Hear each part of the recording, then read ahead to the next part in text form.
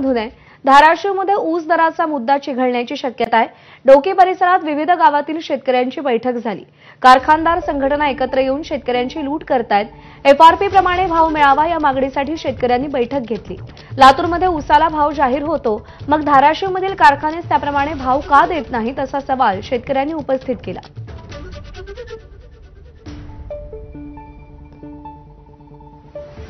आमच्या गावाला कारखाना आहे,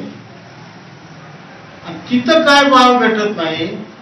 शेजारचा तबेड्याचा कारखाना आहे, ते 2600 आणि 2700 म्हणतात। अहो जावा लातूरला 3150 रुपये भाव द्यायला लागला आणि तुमच्या गावात 2400 2700, तिकडं आंबेडकर 2600 2700। काय चाललंय? शेतकऱ्याची चेष्टा आहे। शेतकऱ्याची चेष्टा करायला लागले। एफआरपी प्रमाणे भाव द्यावा, शेतकरी खुश करावे, ही आमची नम्र विनंती आहे। आणि या बातमीसह बुलेटिनमध्ये वेळ झाली एक छोटासा ब्रेक घेण्याची।